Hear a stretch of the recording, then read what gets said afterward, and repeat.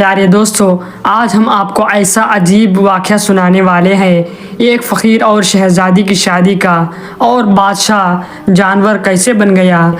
اس کہانی کو مکمل جاننے کے لیے ہمارے ساتھ آخر تک اس ویڈیو کو ضرور دیکھیے۔ عزیز دوستو، ایک دفعہ کا ذکر ہے کہ ایک بہت ہی خوبصورت گاؤں تھا۔ اس گاؤں میں ایک بادشاہ رہتا تھا۔ اس کی ایک خوبصورت سی بیٹی تھی۔ باپ اپنی بیٹی سے بہت زیادہ محبت کرتا تھا۔ جب اس کی بیٹی شادی کے لیے لائق ہو گئی، اس کے رشتے دور راجوں کے پاس سے آنے لگے۔ وہ اپنی بیٹی کی شادی کرنے کے لیے لڑکوں سے ملاقات بھی کر رہا تھا، لیکن اب تک اسے کوئی بھی اپنی بیٹی کے قابل نہیں ملا۔ ایک دن اس گاؤں میں ایک مانگنے والا فقیر آیا، جن کی عمر تقریباً 80 سال تھی۔ وہ بادشاہ سے کہنے لگا کہ میں آپ کی بیٹی سے شادی کرنا چاہتا ہوں۔ یہ سن کے بادشاہ بہت زیادہ غصے میں آ گیا۔ اس نے کہا کہ تمہاری ہمت کیسے ہوئی؟ تمہاری اتنی اوقات کیا ہے؟ تم میری بیٹی کے بارے میں سوچا بھی کیسے؟ اور اپنے آدمیوں سے کہا کہ فوراً اس کی گردن اڑا دو۔ اس کے ضرورت کیسے ہوئی کہ میری بیٹی کو اپنی بیوی بنانے کے بارے میں سوچنے کی بھی ہمت کیسے کر لی؟ فقیر کو گرفتار کر لیا گیا، اسے لے جا کر قید خانے میں ڈال دیا گیا۔ اس فقیر نے کہا، آپ میری بات کو سمجھنے کی کوشش کریں، میں آپ کی بیٹی سے شادی کرنا چاہتا ہوں، لیکن اس کے پیچھے ایک بہت بڑی وجہ ہے۔ بادشاہ کہنے لگا کہ میں اب ایک بھی بات سننا نہیں چاہتا۔ بادشاہ نے فوراً اس کو کہا کہ اس کو لے جاؤ اور قید خانے میں ڈال دو۔ اس فقیر کو قید خانے میں کوڑے مارے جا رہے تھے۔ جب یہ خبر راجکماری تک پہنچی تو اس نے اپنے باپ سے کہا کہ یہ آپ کیا کر رہے ہیں؟ کسی بزرگ کے ساتھ ایسا کرنا اچھی بات نہیں۔ اس نے کہا کہ تم بیچ میں مت پڑو۔ وہ راجکماری فقیروں کی بہت زیادہ عزت کرتی تھی۔ اس نے کہا کہ جو بھی ہو، میں اس بات کو پسند نہیں کرتی کہ اس ملک کا راجا اس طرح سے کسی بوڑھے انسان پر ظلم کرے۔ راجا نے کہا کہ تمہاری بات کو میں مان لوں گا، اب یہاں سے جاؤ۔ لیکن شہزادی کو یہ نہیں پتا تھا کہ وہ اس کی شادی کا پیغام لے کر یہاں آیا تھا۔ جب راجکماری کو اس بارے میں معلوم ہوا تو یہ فقیر میرے لیے شادی کا پیغام لے کر آئے تھے، تو اپنے باپ کے پاس پھر آئی اور کہنے لگی، کیا اس فقیر نے مجھ سے شادی کرنے کے لیے کہا تھا؟ بادشاہ نے سب کو منع کر دیا تھا کہ میری بیٹی کو اس بارے میں پتہ نہ چلے، کیونکہ وہ بہت ضدی ہے اور جو فیصلہ کرتی ہے ڈنکے کی چوٹ پر کر کے رہتی ہے۔ اب جب بادشاہ کو پتہ چلا کہ میری بیٹی کو سچائی معلوم ہو گئی ہے، تو وہ غصے سے آ کر کہنے لگا کہ میری اکلوتی بیٹی، میری لاڈلی بیٹی سے اس بوڑھے نے شادی کرنے کے بارے میں سوچا بھی کیسے؟ بیٹی بہت سمجھدار تھی، باپ کے سامنے اس وقت خاموش رہی، لیکن اس نے دل میں سوچا کہ اگر وہ فقیر مجھ سے شادی کرنا چاہتا ہے تو اس کے پیچھے کوئی نہ کوئی بات ضرور ہوگی۔ وہ اس فقیر سے ملاقات کرنے کے لیے قید خانے میں گئی۔ فقیر سے کہنے لگی کہ آپ مجھ سے شادی کیوں کرنا چاہتے ہو؟ فقیر نے کہا کہ جب تم مجھ سے شادی کرو گی تو اس کے بعد تمہیں خود ہی پتہ چل جائے گا میں نے تم سے شادی کیوں کی ہے۔ وہ کہنے لگی کہ ٹھیک ہے، میں آپ سے شادی کرنے کے لیے تیار ہوں۔ یہ خبر پورے ملک میں آگ کی طرح پھیل چکی تھی۔ لوگ طرح طرح کی باتیں کر رہے تھے کہ شہزادی اس بوڑھے فقیر کو شادی کرنا چاہتی ہے اور وہ خود اس پر راضی بھی ہے۔ بادشاہ نے اپنی بیٹی کو لاکھ سمجھانے کی کوشش کی تو اس نے جواب دے دیا، آپ نے مجھے بڑے نازو سے پالا ہے، میری ہر خواہش کو آپ نے پورا کیا ہے۔ اب جب معاملہ شادی کا ہے، جب مجھے شادی کرنا ہے تو میں اسی سے شادی کروں گی جسے میرا دل چاہے گا۔ لیکن بادشاہ ماننے کو تیار نہیں تھا، اس کی اکلوتی شہزادی تھی۔ بادشاہ اپنی بیٹی کی ضد کی وجہ سے بہت زیادہ پریشان تھا کہ کیسے اپنے بیٹی کی شادی ایک فقیر کے ساتھ کر دے۔ وہ بولی کہ میں شادی کروں گی تو اسی سے کروں گی، میں ان کے آنکھوں میں سچائی دیکھی ہے،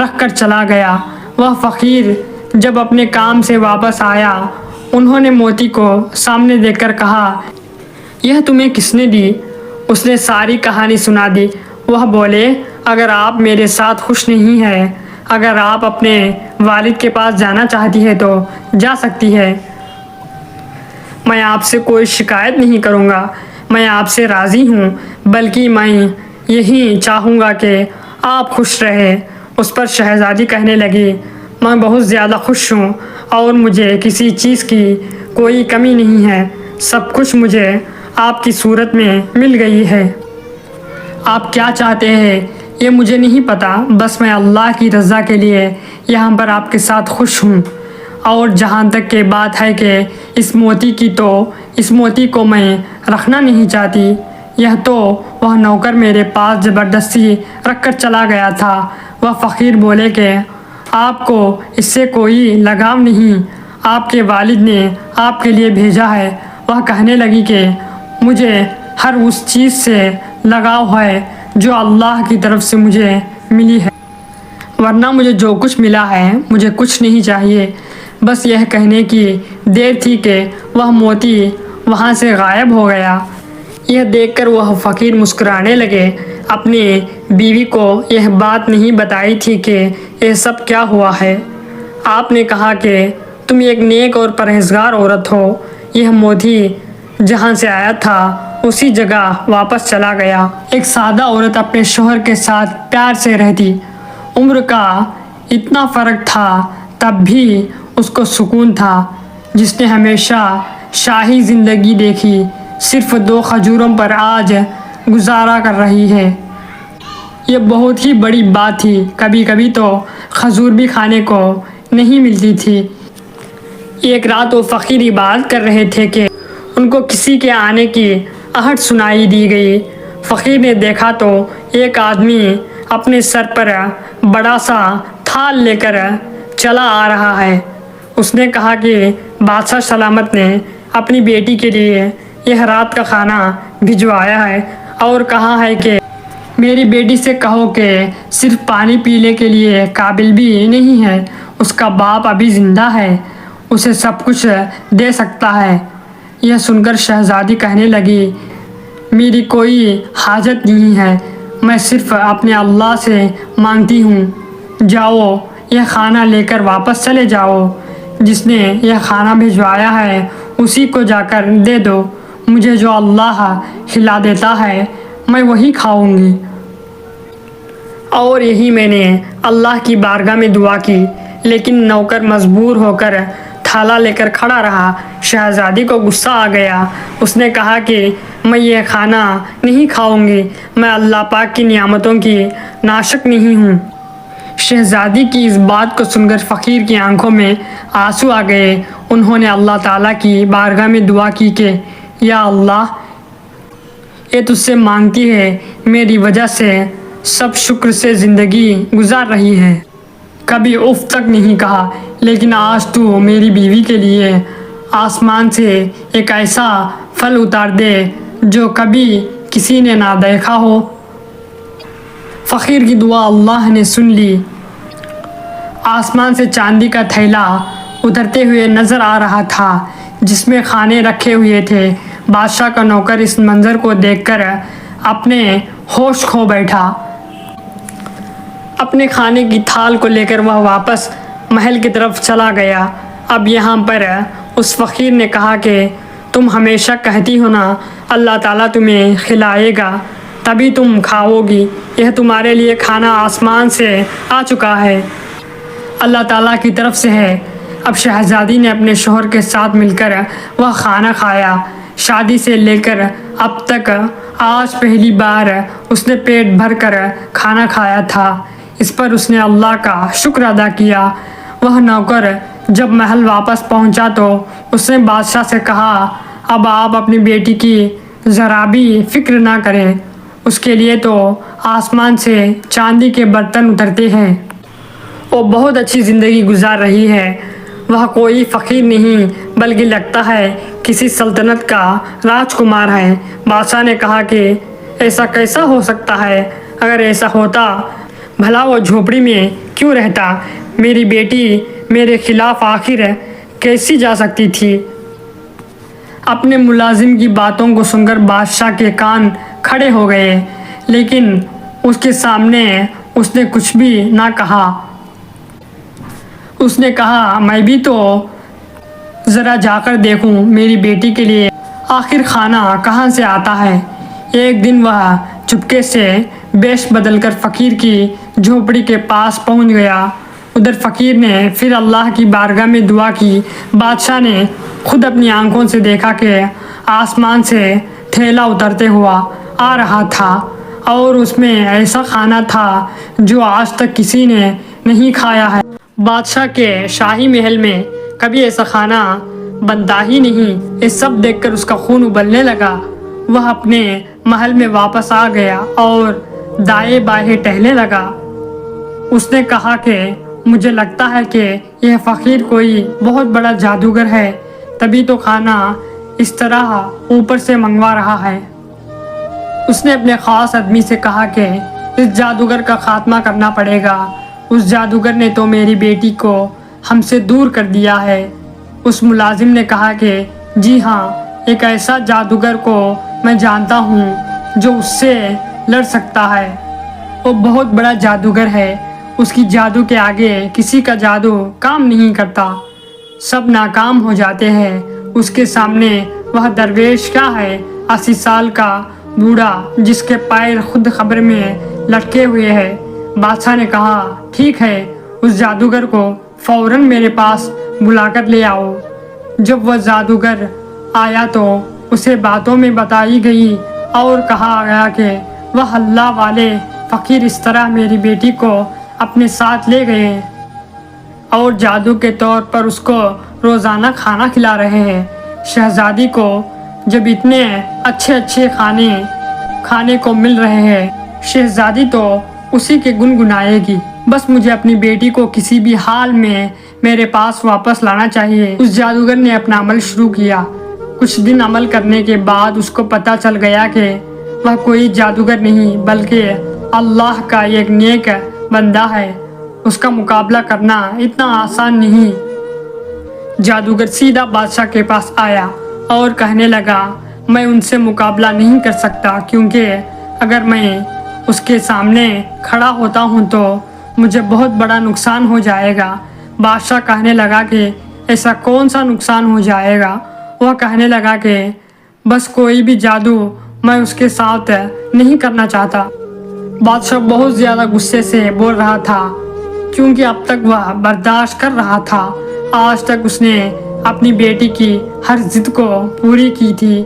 اب جب اس نے دیکھا کہ یہ جادوگر عمل کرنے کو تیار نہیں، اس نے جادوگر سے کہا کہ اگر تم خود عمل نہیں کر سکتے تو اپنی بیٹی کو واپس لانے کے لیے میں خود ہی عمل کر لیتا ہوں، مجھے یہ عمل سکھا سکتے ہو؟ جادوگر نے کہا کہ آپ نہیں جانتے، آپ کی سلطنت الٹ جائے گی، کچھ بھی نہیں بچے گا۔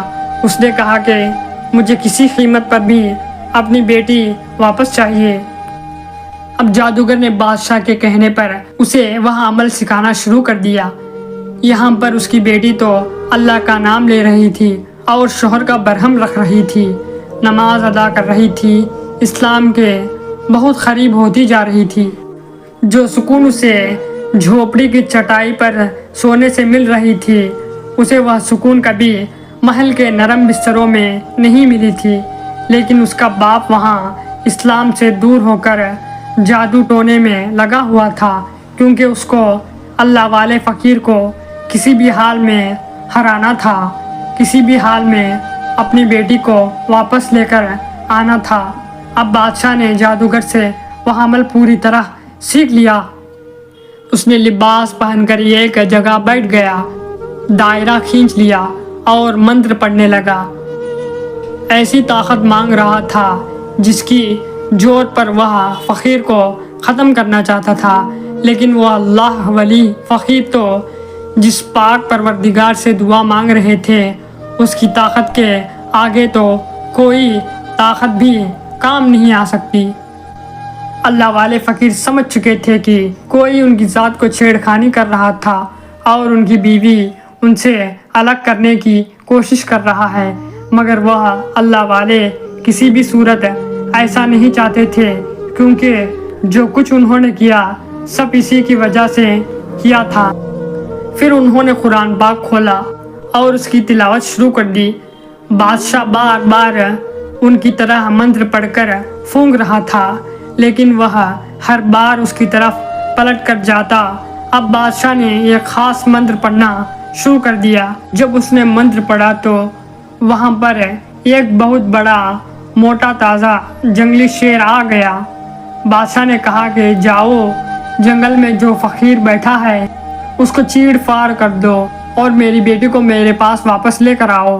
بادشاہ کے حکم پر وہ شیر جنگل کی طرح دوڑتے ہوئے گیا، لیکن یہاں پر تو اللہ والے فقیر خوبصورت آواز میں قرآن کی تلاوت کر رہے تھے۔ جب وہ شیر اس فقیر کے پاس پہنچا، وہ تلاوت سننے کے لیے وہیں پر بیٹھ گیا۔ جیسے جیسے وہ اللہ کا نام لیتا جا رہا تھا، وہاں پر بادشاہ کی حالت خراب ہوتی جا رہی تھی۔ جادوگر نے اس کو پہلے ہی بتا دیا تھا کہ جادو اگر اٹک گیا اور کوئی گڑبڑ ہو گئی تو آپ کے ساتھ وہی ہوگا جو کبھی آپ سوچ بھی نہیں سکتے، آپ کو کوئی جانور بنا دیا جائے گا۔ فقیر نے اس شیر کی طرف دیکھا اور پھر اس نے اللہ کا نام لینا شروع کر دیا۔ وہ شیر جو اس فقیر پر حملہ کرنے کے لیے آیا تھا وہ وہاں سے غائب ہو گیا۔ اللہ والے فقیر نے شہزادی کی طرف دیکھا اور کہا کہ مجھے معاف کر دینا، میں نے تمہارے ساتھ اچھا نہیں کیا۔ شہزادی پوچھنے لگی کہ آپ نے ایسا کیا کیا ہے؟ فقیر کہنے لگا کہ میں تمہارے باپ کی شکل ایک جانور جیسی بنا دی، میں ایسا نہیں چاہتا تھا، لیکن اس نے جو جادو میرے اوپر کیا تھا اسی پر پلٹ گیا۔ شہزادی نے جب یہ سنا تو اسے بہت بڑا دکھ ہوا، کہنے لگی کہ ہمیں ابھی محل جانا چاہیے، آخر دیکھے تو ماجرا کیا ہے۔ وہ اپنے شوہر کے ساتھ محل میں پہنچی، وہاں بہت زیادہ شور گل مچل رہا تھا۔ ہر کوئی بول رہا تھا کہ بادشاہ کو کیا ہو گیا، بادشاہ کو کیوں ایسا ہو گیا، اس کی شکل جانور جیسی کیسے بن گئی۔ فقیر کو دروازے پر دربان نے اندر آنے نہیں دی۔ وہ کہہ رہا تھا کہ یہ بہت بڑا جادوگر ہے، اس نے ہمارے بادشاہ کا یہ حال کیا ہے۔ شہزادی نے کہا کہ میں اس جگہ کی شہزادی ہوں، مجھے اندر جانے دو۔ وہ اندر گئی، اپنے باپ کو اس حالت میں دیکھا تو اس کے آنسو بہنے لگے۔ وہ اپنا سر پیٹ رہا تھا، اس کا چہرہ تو وہی بادشاہ والا تھا، مگر اس کا پورا بدن جانوروں جیسا بن چکا تھا۔ بیٹی باپ کو ایسے شکل میں دیکھ کر زاروں خطرے رونے لگی۔ اس نے کہا کہ ایسا کیوں کیا؟ وہ جیسے بھی تھا آخر میرا باپ تھا، اور اپنے باپ کی شکل دیکھ کر رونے لگی اور اپنے باپ سے کہا آپ نے ایسا کیوں کیا ہمارے ساتھ، آپ نے کیوں میرے شوہر کو مارنا چاہا؟ بادشاہ نے کہا میں تمہارے شوہر کو بہت پہلے سے جانتا تھا، تمہارے شوہر نے تم سے شادی کر لی، لیکن تم سے شادی کرنے کی وجہ آج تک اس نے نہیں بتائی۔ آج میں تمہیں بتاتا ہوں، دراصل میں تمہاری شادی کسی مسلمان سے نہیں کرنا چاہتا تھا، بلکہ میں تمہیں ایسی سلطنت کی شہزادی بنانا چاہتا تھا کہ جو کہ غیر مسلم تھا اور اس کی بہت بڑی جائیداد تھی۔ میں اس کی شادی تم سے کر کے اس ملک کو اپنے قبضے میں لینا چاہتا تھا، اس لیے میں نے تمہیں یہ بات نہیں بتائی، کیونکہ تم دین کے بہت قریب تھی اور میں جانتا تھا کہ تم بہت نیک ہو، عبادت گزار ہو، اور تم یہی چاہتی ہو کہ تمہارا شوہر سچائی کے راستے پر چلنے والا ہو۔ ایک دن میں اسی غیر مسلم راجکمار سے ملنے کے لیے اس کے ملک کی طرف جا رہا تھا۔ راستے میں مجھے اس شخص کی جھوپڑی نظر آئی، میں نے اسے وہاں پر عبادت کرتے ہوئے دیکھا۔ تم تو جانتی ہو کہ مجھے فقیروں سے سخت نفرت ہے۔ جب میں نے اس فقیر کو دیکھا تو میں کہنے لگا کہ میری بیٹی نہ جانے کس کے ساتھ شادی کرے گی، میں کسی بھی فقیر کے ساتھ اپنی بیٹی کی شادی کبھی بھی نہیں کرواؤں گا۔